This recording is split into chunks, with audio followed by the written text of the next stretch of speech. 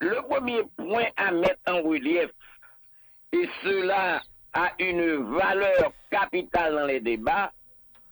c'est le sort et la position d'Haïti sous échiquier mondial là,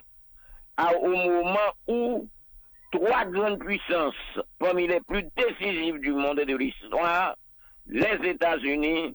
la Russie, la Chine, intéressés à dossier Haïti. Premièrement, petit A, parce que Haïti est un pays extrêmement riche, considéré comme tel depuis l'Antiquité et en particulier depuis le Moyen Âge, ce qui va motiver la présence des trois caravelles qui prirent les eaux maritimes pour venir en Haïti. C'est pas dans Haïti, c'était dans les Indes orientales. Et puis l'histoire pral fait que heureux mes comptes, ils pral tomber sous ça qui était un mythe déjà que l'Eldorado, c'est-à-dire que pas son pays bon Dieu créé à part. Haïti, il faut le dire, est un pays qui dort sur une immensité d'une nappe, sur l'immensité d'une nappe pétrolière. Certaines évaluations des compagnies françaises que je m'en vais citer, notamment la Kennecott et la Penaouya qui étaient venues faire investigation dans baie de la Gonable, dans ça que Ulysse Pierre-Louis, professeur de géologie à l'école normale supérieure, et à l'époque où il enseignait dans cette université, il était ministre de l'énergie et des mines,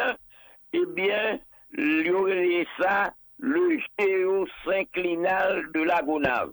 C'est-à-dire que c'est un entonnoir qui l'enfonce du vase, gagne tout ça que nous capables d'imaginer comme richesse. Certaines de ces compagnies disent que Haïti représente 780 millions de mètres cubes de pétrole viable, de qualité supérieure à pétrole vénézuélien, et que pétrole ça arrivait jour derrière ambassade américaine dans les profondeurs de ce que nous appelons Grecier et même la Asie. Donc, journée aujourd'hui là, Haïti est d'abord, mais que tout le monde prend ça en note, un enjeu minier, minéralogique. Nous avons continué. Haïti, le plateau de Rochelois, qui s'étend depuis Miragouane, rivé jusqu'à les Iwa, c'est aluminium, cuivre, agogo. Or, nous connaissons que les Américains ont fait un coup d'État sanglant en 1973, le 11 septembre 1973, contre le Salvador Allende,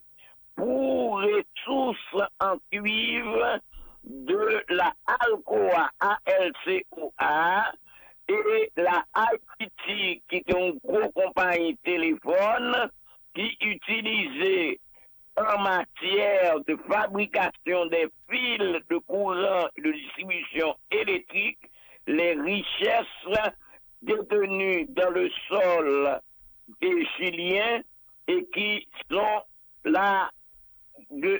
autre chose, qui ne sont autre chose que le cuivre. Donc, richesse, ça y est, pas détailler liste là, puisque ça viendra tout naturellement de nos considérations pour les débats, eh bien, fait que Haïti sont enjeux miniers. Mais qu'on y a là, il y a un enjeu mondial dans le domaine des échanges. La Chine communiste, la Chine de Pékin, la Chine de Xi Jinping, intéressée en particulier à contrôler passe du vent pour y établir, je m'en excuse, des dépôts comme cela avait été dans les intentions géopolitiques des Américains pendant tout le 19e siècle là, le Mall Saint-Nicolas, qui autrefois, à l'époque de Anténor Firmin, c'était une source permanente de conflits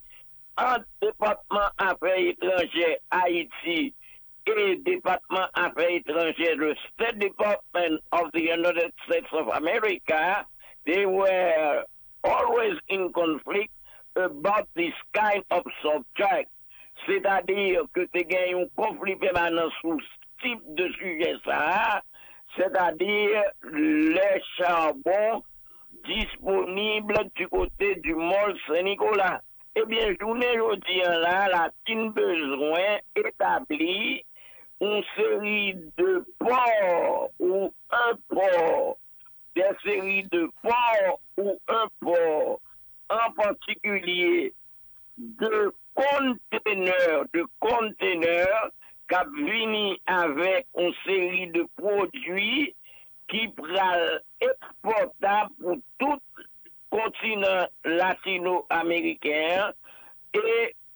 en termes de différentiel commercial, de marge commerciale de différence,